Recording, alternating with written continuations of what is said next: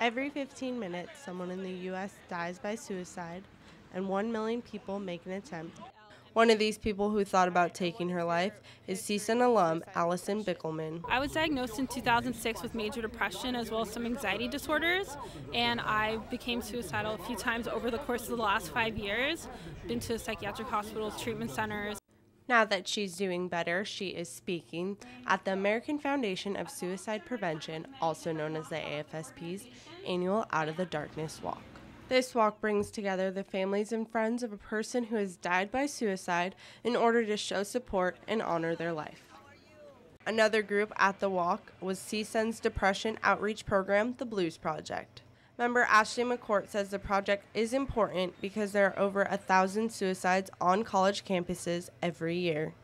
Transitioning from being in high school to moving to a college, a lot of times moving away, living on your own, struggling with trying to find your niche in a new place. Co-founder of the AFSP is actress Mariette Hartley, who says the organization was formed in order to prevent suicide and erase the stigmas associated with it.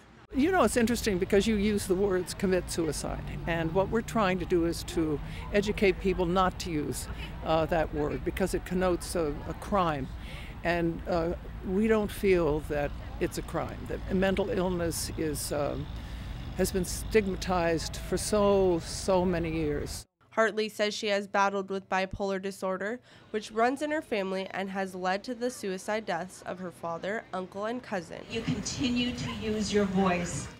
Area director of the AFSP's Los Angeles chapter, Veronica Scarpelli, lost her husband to suicide in 2002. She says the walk is the AFSP's biggest fundraiser, and 84 cents of every dollar goes towards research, education, and outreach programs. Scarpelli says her hope for the walk is to erase the shame felt by those who are currently going through depression. They're afraid to go get help because of what people may think of them. So I would hope that people had courage to get help for themselves.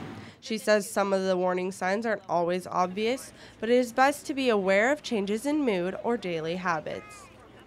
As we move into the holiday season, suicide rates do decline, but the AFSP says it hopes that people still look out for the signs because 90% of those who die by suicide have a diagnosable psychological disorder at the time of their death. In Santa Monica, I'm Courtney Clavon for Valley View News.